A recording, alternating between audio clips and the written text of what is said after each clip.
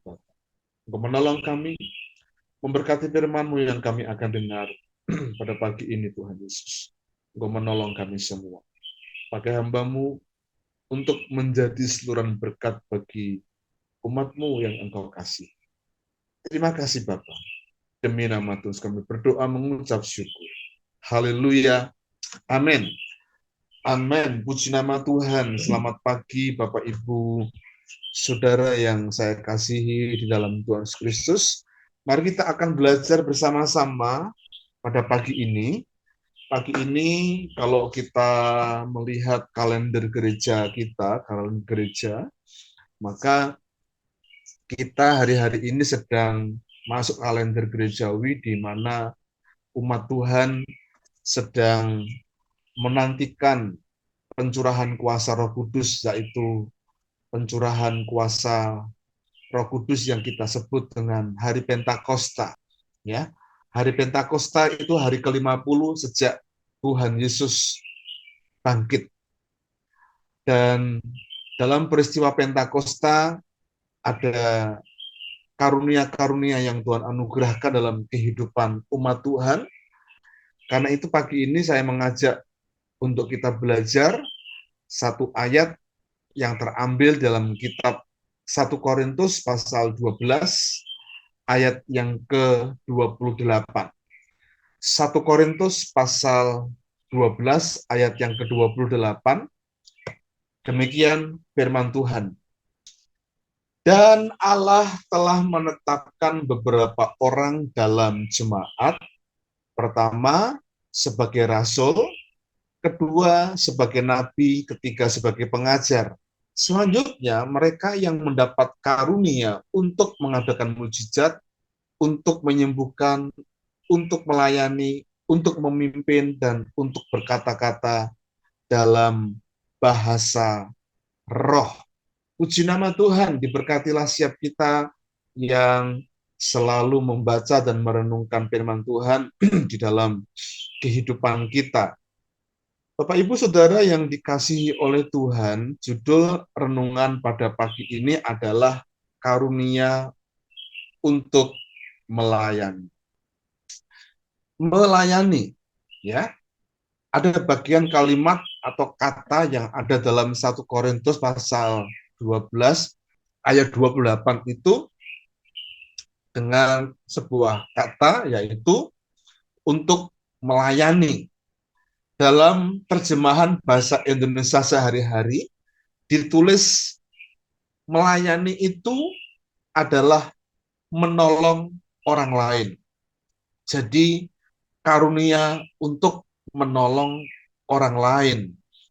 Jadi kalau kita perhatikan baik-baik, ternyata untuk melayani itu merupakan sebuah karunia yang diberikan kepada kita, umat Tuhan, untuk melakukan apa? Melakukan pertolongan terhadap siapa? Terhadap orang lain. Ada seorang pendeta yang hidup di tahun 1800-an begitu, namanya Josh Muller. Dia adalah seorang pendeta yang mendirikan sebuah panti asuhan yang terkenal di Inggris, dan merawat kurang lebih 10.000 anak yatim piatu pada waktu itu. Dan pendeta Josh Muller ini betul-betul hidupnya mengandalkan pemeliharaan Tuhan. Ia dikenal dan disebut sebagai Bapak Anak Yatim Piatu karena pelayanan yang dilakukan. Sebuah misi pelayanan bersama dengan istri dimulai ketika rumah mereka dipakai untuk menampung kehidupan anak-anak yang tidak memiliki ayah dan memiliki ibu, dan dimulai dari 30 anak perempuan. Tidak lama kemudian, ia kemudian membangun 3 rumah untuk menampung sekitar 130 anak. Dan pada tahun 1845, George Muller ini memimpikan untuk punya suatu gedung yang terpisah dengan rumahnya dan menampung 300 anak.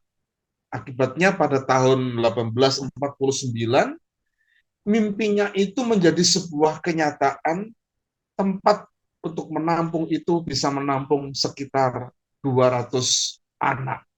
Bagi George Muller pada waktu itu, ini adalah sebuah prestasi yang yang dikerjakan dia begitu. Tapi di sisi lain, perjuangan dengan iman untuk melayani Tuhan tidak dapat dipisahkan dari kehidupannya. Dia adalah seorang yang betul-betul berimankan kepada Tuhan. Bapak Ibu Saudara yang dikasihi oleh Tuhan, mengapa Pendeta George Muller itu bisa sedemikian dipakai Tuhan untuk melayani dan menolong orang lain, terutama anak-anak yatim piatu di masa ketika dia melayani tahun 1800-an begitu. Bapak Ibu Saudara yang dikasihi oleh Tuhan, pertobatan George Muller terjadi pada usia 21 tahun di sebuah persekutuan doa, ya. Di persekutuan doa di salah satu seorang anak Tuhan, saudagar gitu ya, saudagar Kristen gitu. Saudagar itu adalah seorang pengusaha yang punya kekayaan banyak terutama dalam perkapalan begitu. Dia mengatakan begini, aku menyerahkan seluruh hidupku kepada Tuhan. Kehormatan, kesenangan, uang, kekuatan fisik, kekuatan mental, semuanya kupersembahkan kepada Yesus dan aku menjadi seorang yang mencintai firman Tuhan. Dia mengatakan, Tuhan segala-galanya bagiku. Pernyataannya yang dilakukan ini adalah ketika dia bertobat. Setelah dia mengenal Tuhan, dan dia setelah mengenal Tuhan, dia pergi ke Inggris. Karena memang pada waktu itu, George Muller ini lahir di Prusia. Prusia itu sekarang ini adalah negara Jerman. Dia lahir pada tanggal 17 September 1805. Ya. Tapi sejarahnya masih dicatat karena memang dia adalah seorang yang memiliki iman yang luar biasa dan memberikan hidup dia, memberikan waktunya, tenaganya, seluruh keuangannya itu untuk melayani Tuhan. Ini adalah hal yang luar biasa. Dan di masa-masa pelayanannya sebagai seorang yang dijuluki Bapak Anak Yatim Piatu, di buku hariannya menuliskan, dia di buku hariannya tercatat menulis seperti ini, segenap hidup saya akan dipakai Tuhan untuk melayani. Segenap hidup saya akan dipakai untuk melayani Tuhan yang hidup. Ia mempercayai Alkitab seumur hidupnya dan tidak pernah meminta apapun kepada orang lain karena percaya kepada Tuhan. Itu sanggup untuk memelihara hidupnya. Dengan iman itulah ia menerima kiriman uang sebesar 500 pound sterling untuk mendirikan panti asuhan dan merawat 10.000 anak yatim piatu serta mendidik mereka dalam kebenaran. Ia mengabarkan Injil dan menyebarkan kebenaran Alkitab, pergi ke lokasi-lokasi yang jauh dan menjangkau kurang lebih 3 juta pendengar di 42 negara. Ini kisah hidup yang sangat dahsyat, yang luar biasa, yang terjadi dari kehidupan seorang pendeta yang bernama Josh Muller. Ada banyak penggalan-penggalan cerita yang memang mengisahkan bagaimana kisah hidup dari seorang yang bernama Josh Muller ini. Suatu ketika panti asuhan yang gedungnya yang tadi saya ceritakan di awal tadi itu sudah berdiri begitu, dan dia mengatakan kepada anak buahnya, tolong besok pagi ketika anak kita itu biasa makan, siapkan semua alat-alat itu ada di meja, alat makan itu berada di meja. Malam ini tolong siapkan piring, siapkan garpu, siapkan tempat sayur di meja, tempat biasa kita memberi makan anak-anak kita itu. Anak buahnya bilang kepada Josh Muller, Bapak, kita nggak punya apa-apa, kita nggak ada apa-apa di gudang, tidak ada beras, tidak ada yang kita bisa masak. Tapi karena Bapak mengatakan itu, maka kami akan lakukan. Sepanjang malam, sebagai seorang manusia biasa pun dia khawatir, dia gelisah. Tapi pengalaman hidupnya untuk melayani Tuhan tidak membuat dia surut untuk dia beriman kepada Tuhan.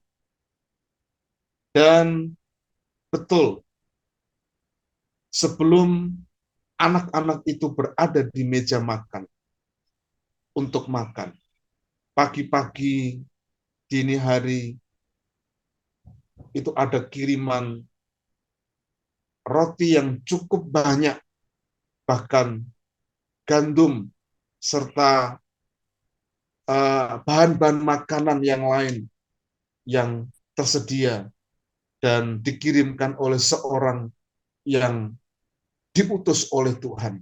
Orang ini mengatakan, aku disuruh oleh Tuhan untuk memberikan ini kepada Bapak Pendeta Josh Muller dan kepada anak-anak yang ada di panti asuhan ini. Semua orang yang melihat kejadian itu terheran-heran, termasuk anak buahnya, oleh karena pertolongan Tuhan itu nyata dalam hidup seorang yang melayani Tuhan. Karunia melayani berarti adalah karunia yang diizinkan oleh Tuhan untuk kita lakukan, menolong orang lain. Seperti halnya Pendeta Josh Muller ini. Dia memberikan segala sesuatunya untuk menolong orang lain. Bahkan ternyata hidupnya itu diinvestasikan untuk melayani Tuhan, untuk menolong orang lain. Selama dia masih hidup, katanya, aku akan lakukan untuk menolong orang lain. Selama aku kuat, aku akan lakukan untuk melayani Tuhan, untuk menyampaikan bahwa Tuhan itu hidup, Tuhan itu dahsyat, Tuhan itu hebat. Dan buktinya sepanjang pelayanannya di keadaan kondisi yang mudah, dalam kondisi keadaan yang sulit, tidak ada uang, tidak ada makanan, dia tidak berhenti untuk melayani Tuhan. Akibatnya Tuhan menolong kita, menolong Josh Muller ini. Bapak Ibu Saudara yang dikasihi oleh Tuhan. Bagaimana dengan kehidupan kita hari ini? Seberapa besar dari iman yang kita miliki yang dapat menaklukkan segala tantangan dalam kehidupan kita untuk memberikan waktu, tenaga, pemikiran kita, dan bagian aspek kehidupan kita yang lain yang kita dapat investasikan sebagai bentuk pelayanan kita kepada Tuhan. Seberapa besar firman Tuhan yang kita dengar, yang kita baca, itu kita izinkan untuk berkuasa atas kehidupan kita dan membangun iman kita sehingga kita dapat melakukan apa yang menjadi kehendak Tuhan di dalam kehidupan kita. melayani, menolong orang lain. Jika menolong orang lain sudah dapat dipastikan, maka orang yang menolong itu lebih kuat daripada orang yang ditolong. Sebagai salah satu contoh dan ilustrasi, wanita, istri, itu adalah penolong bagi suaminya. Karena memang banyak hal wanita itu kuat, wanita itu lebih hebat dibandingkan kaum pria. Karena memang ada banyak hal yang tidak bisa dilakukan oleh kaum pria, kaum suami, dan wanita dapat melakukannya. Karena memang seluruhnya digunakan untuk menolong sang suami. Demikian juga sebetulnya penolong kita, kalau kita menjadi penolong, kalau melayani begitu, berarti kita adalah orang yang mampu, orang yang bisa, orang yang lebih kuat dibandingkan orang yang kita layani. Bapak Ibu, Yesus Kristus itu datang ke dunia ini bukan untuk dilayani, tapi untuk melayani. Menolong orang lain, bahkan menolong semua orang tanpa pamrih. Mau dihina atau tidak, mau disepelekan atau tidak, mendapatkan pujian atau tidak, dia tetap lakukan itu. Bahkan di kesempatan hidupnya yang pendek 3,5 tahun ketika dia melayani, dia betul-betul memberikan waktu, tenaga, dan seluruh hidupnya dipersembahkan kepada Bapa yang mengutus dia. Sehingga ada banyak orang-orang yang dibawa kepada Kristus, pada Bapa untuk mengenal. Dia mengatakan, barang siapa percaya kepadaku, dia tidak akan binasa, tapi memperoleh kehidupan yang kekal. Dan itu bentuk pelayanan yang dilakukan secara dahsyat dan luar biasa. Bagaimana dengan kehidupan kita hari ini? Mari kita belajar untuk melakukan apa yang menjadi kehendak Tuhan. Jika Tuhan memberikan karunia kita untuk menolong orang lain, melayani dalam aspek kehidupan kita pun, mari kita belajar untuk melakukan itu dengan segenap hati kita. Bahkan dalam komunitas, mari kita belajar untuk apa? Bertolong-tolongan. Dalam kitab Galatia pasal yang ke-6 ayat yang kedua, bertolong-tolonganlah menanggung bebanmu. Demikianlah kamu memenuhi hukum Kristus. Artinya, saling melayanilah dalam menanggung beban. Itu dalam bicara dalam komunitas. Karena spesifik Paulus menuliskan kepada jemaat yang ada di Galatia. Biarlah apa yang saya sampaikan ini akan jadi berkat buat kita. Mari kita gunakan karunia yang Tuhan berikan kepada kita, yaitu melayani, menolong orang lain, sehingga nama Tuhan dimuliakan. Amin. Puji nama Tuhan. Mari kita akan datang kepada Tuhan dalam doa kita. Bapa di surga, berkati firman-Mu yang kami dengar pada pagi ini, Tuhan. Engkau menolong kami dengan anugerah-Mu, supaya kami dapat melakukan apa yang menjadi kehendak Tuhan. Jika Tuhan mengaruniakan karunia kepada kami untuk kami melayani Tuhan, mari Bapa, Engkau mampukan kami untuk kami mengambil bagian dari apa yang Tuhan kerjakan dalam kehidupan kami. Engkau yang telah memanggil kami, dan Engkau yang telah menyelamatkan kami. Karena itu biarlah kami menyadari betapa hidup kami itu adalah sebuah pelayanan yang kami persembahkan kepada Engkau. Terima kasih seluruh aktivitas kegiatan kami hari ini, Tuhan. Kami mau menyerahkan sepenuhnya ke dalam tangan Engkau. Berkati pekerjaan kami, berkati rumah tangga kami, berkati anak cucu yang Tuhan anugerahkan kepada kami. Berkati menantu yang Tuhan anugerahkan kami. Berkati semua yang kami lakukan hari ini, Tuhan. Kami mohon kemurahan Tuhan. Terima kasih, Bapak. Terima kasih. Mari kita angkat kedua belah tangan kita dan terimalah berkat Tuhan. Tuhan memberkati engkau dan melindungi engkau. Tuhan menghadapkan wajahnya yang kudus kepadamu dan seraya memberikan berkat sukacita. Berkat damai sejahtera dilimpahkan dalam kehidupan kita semuanya. Engkau akan menjadi kepala dan bukan ekor, dan hidup akan mengalami kehidupan yang diberkati oleh Tuhan. Seperti pohon yang ditanam di tepi air yang akan terus menghasilkan buah. Demikianlah hidupmu diberkati oleh Tuhan dari sejak pagi ini, besok bahkan sampai kepada Maranatha. Kristus Yesus datang kedua kali menjemput kita semuanya. Di dalam berkat nama Tuhan kami berdoa mengucap syukur. Haleluya. Amin. Tuhan berkati kita semuanya. Selamat pagi, selamat beraktivitas. Tuhan menolong kita semuanya. Shalom.